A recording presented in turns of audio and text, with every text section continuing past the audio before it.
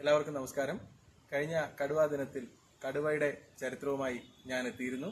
ഇന്ന് ഒരു പുതിയ അതിഥിയുമായിട്ടാണ് ഞാൻ എത്തിയിരിക്കുന്നത്. നിങ്ങൾക്ക് എല്ലാവർക്കും ഏറെ പ്രിയപ്പെട്ട ഒരു അതിഥി ഇതാ എന്നോടൊപ്പം ഉണ്ട്. ഇതാ നോക്കൂ, നമുക്ക് കാണാം. ആരാണെന്ന് മനസ്സിലായോ? കരയിലെ ഏറ്റവും വലിയ ജീവിയായ ആന. ഇന്ന് ഓഗസ്റ്റ് 12 ലോക ഗജദിനം. ഇന്ന് ആനകളുടെ ദിവസമാണ്. എല്ലാവർക്കും ആനയെ ഇഷ്ടമല്ലേ? ആനകളുടെ ദുരവസ്ഥ ശ്രദ്ധയിൽപ്പെടുത്തുന്നതിനായി 2012 ഓഗസ്റ്റ് 12 ലോക ആന ദിനം ആരംഭിച്ചത്. കരയിലെ ഏറ്റവും വലിയ ജീവിയായ ആന വംശനാശ ഭീഷണി നേരിടുകയാണ്.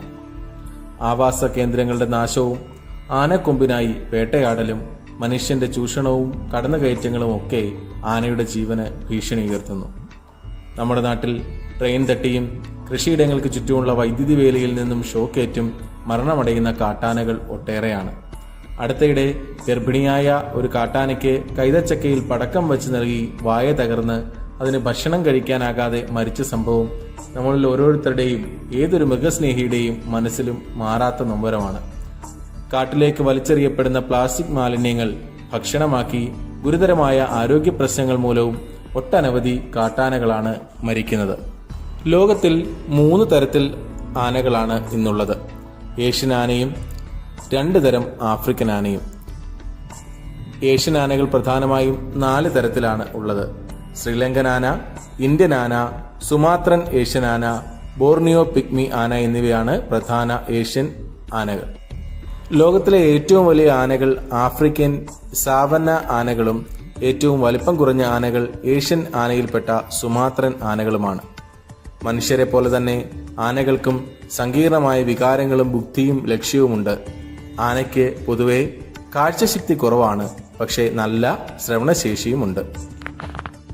ഇനിയും ആനയുടെ ശരീരഭാഗങ്ങളെപ്പറ്റി പറഞ്ഞാൽ, ആനയുടെ മൂക്കും മേൽചുണ്ടും ചേർന്നതാണ് അതിൻ്റെ തുമ്പിക്കൈ. ഉളിപ്പല്ല് കൊമ്പുകളായി രൂപാന്തരപ്പെട്ടിരിക്കുന്നു. 282 അസ്ഥികളാണ് ഇവയുടെ ശരീരത്തിലുള്ളത്.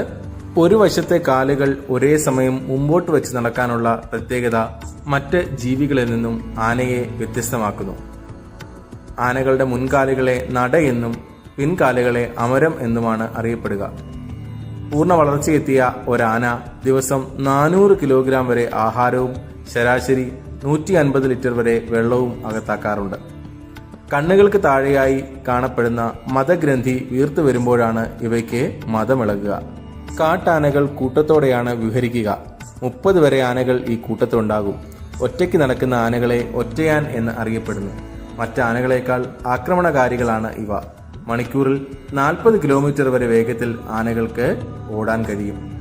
ഇൻഫ്രാസോണിക് ശബ്ദം ഉപയോഗിച്ച് ആശയവിനിമയം നടത്തുന്നവരാണ് ആനകൾ.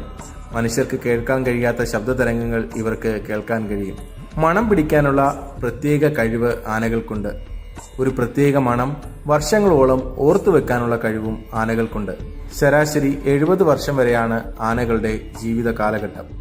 നമുക്ക് ആനകളെപ്പറ്റി കൂടുതൽ അറിയുവാനും പഠിക്കുവാനും പത്തനംതിട്ട ജില്ലയിലുള്ള കോന്നിയിലെ ആനക്കൂടും ആന മ്യൂസിയവും നമുക്ക് സന്ദർശിക്കാവുന്നതാണ്. ഒരു പൂർണ്ണ ആനയുടെ എല്ലാ അസ്ഥികളും അവിടെ നമ്മൾക്ക് ഓരോരുത്തർക്കും കാണുന്നതിനായി പ്രദർശിപ്പിച്ചിട്ടുണ്ട്. ഈ സൗകര്യവും കുട്ടികൾ ഈ കൊറോണ കാലമൊക്കെ കഴിഞ്ഞ് പ്രയോജനപ്പെടുത്തുമെന്ന് കരുതട്ടെ. ഇന്ന് നമ്മൾ കരയിലെ ഏറ്റവും വലിയ ജീവിയായ ആനയെക്കുറിച്ചുള്ള വിവരങ്ങളാണ് പങ്കുവച്ചത്. കൂടുതലായി ആനയെപ്പറ്റി അറിയാനും പഠിക്കാനും ശ്രമിക്കുക. എല്ലാവർക്കും എൻ്റെ ഹൃദയം നിറഞ്ഞ ഗജദിന ആശംസകൾ.